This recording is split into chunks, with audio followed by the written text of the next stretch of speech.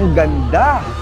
Na-try mo na bang mag-recommend ng magandang pelikulang napanood mo? O masarap na restaurant na nakainan mo? Lahat naman siguro tayo na-try yon. Ikaw, na-try mo na ba yon? Nagbigay ka ng mga bagong benta sa bagong negosyo. Nagkaroon sila ng benta dahil sa pag-recommend mo. Pero ang tanong, may kinita ka bang pera doon sa pag-recommenda mo? Binayaran ka ba ng producer ng movie na pinremote mo? Binayaran ka ba ng may-ari ng restaurant na pinremote mo? Hindi, di ba? Paano kung sabihin ko sa'yo na meron palang legit online business kung saan pwede kang kumita sa pamamagitan ng pagre-recommend mo ng produkto ng iba? It's called affiliate marketing. Paano siya nag-work? Step 1, link. May ipopromote ka lang ng mga link na pwedeng i-click ng mga tao. Step 2, customer. Bibili ang mga customers sa ready-to-use online stores or funnel. Step 3, cha-ching. Pag meron ng bumili, kikita ka instantly ng commissions na pwede mong i-withdraw sa GCash or sa bank account mo. Ganun lang kasimple. Pero wait lang ha, dahil may dalawang klase ng affiliate marketing.